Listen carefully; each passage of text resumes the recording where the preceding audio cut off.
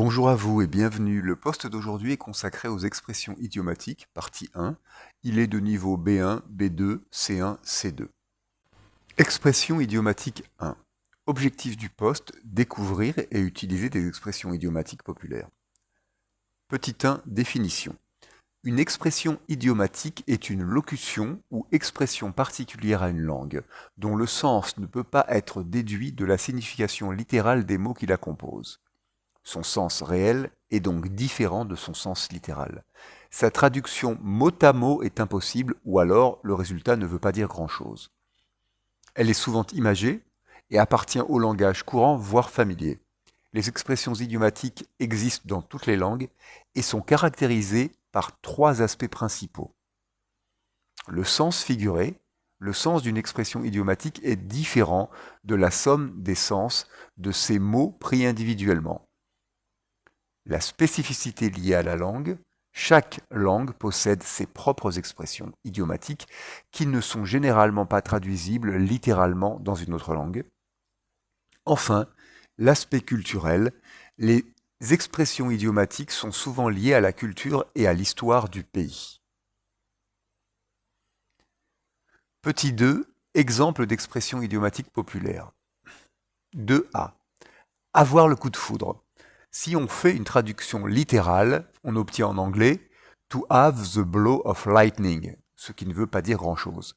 Une traduction correcte, il y a plusieurs possibilités, mais celle-ci, je vous la donne, c'est « to fall in love at first sight ». Explication.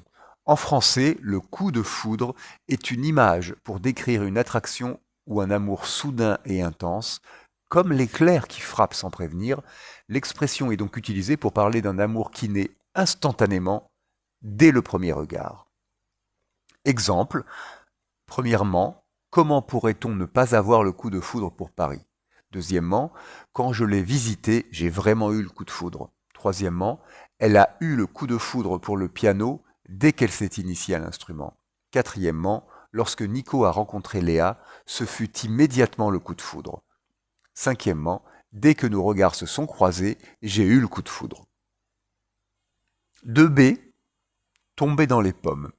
Traduction littérale, to fall in the apples, ce qui ne veut pas dire grand-chose. Traduction correcte, to faint, to pass out. Explication.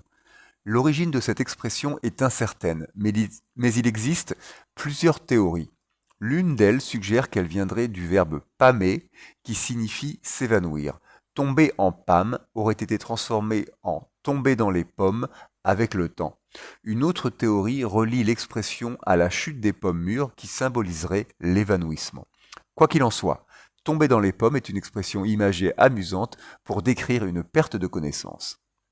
Exemple, petit 1, j'étais tellement mal que je suis tombé dans les pommes pendant le match. Petit 2, une fois, je suis tombé dans les pommes et on m'a emmené à l'hôpital. 2c, prendre le taureau par les cornes. Traduction littérale, to take the bull by the horns, ce qui ne veut pas dire grand-chose. Traduction correcte, to face a difficult situation directly and courageously, ou to tackle a problem head-on. Explication. Cette expression est une métaphore qui fait référence à l'action de maîtriser un taureau en le saisissant par les cornes, ce qui demande courage et détermination. Elle est utilisée pour décrire une personne qui affronte une situation difficile ou un problème avec courage et détermination, sans hésitation ni peur. Exemple, petit 1, face à la crise, le gouvernement a décidé de prendre le taureau par les cornes et de mettre en place des mesures sévères. Petit 2, au lieu de fuir ses responsabilités, elle a pris le taureau par les cornes et a résolu le problème avec brio. Petit 3, pour réussir ce projet ambitieux, il faudra prendre le taureau par les cornes et travailler dur. C'est tout pour aujourd'hui. N'hésitez pas à me contacter pour plus de renseignements ou des cours particuliers. Merci d'avoir regardé cette vidéo. Bonne journée, à bientôt. Crédit pour ce post. Merci à Google, www.google.fr, et Gemini, https://gemini.google.com/chat, et moi-même. Je vous remercie, à bientôt.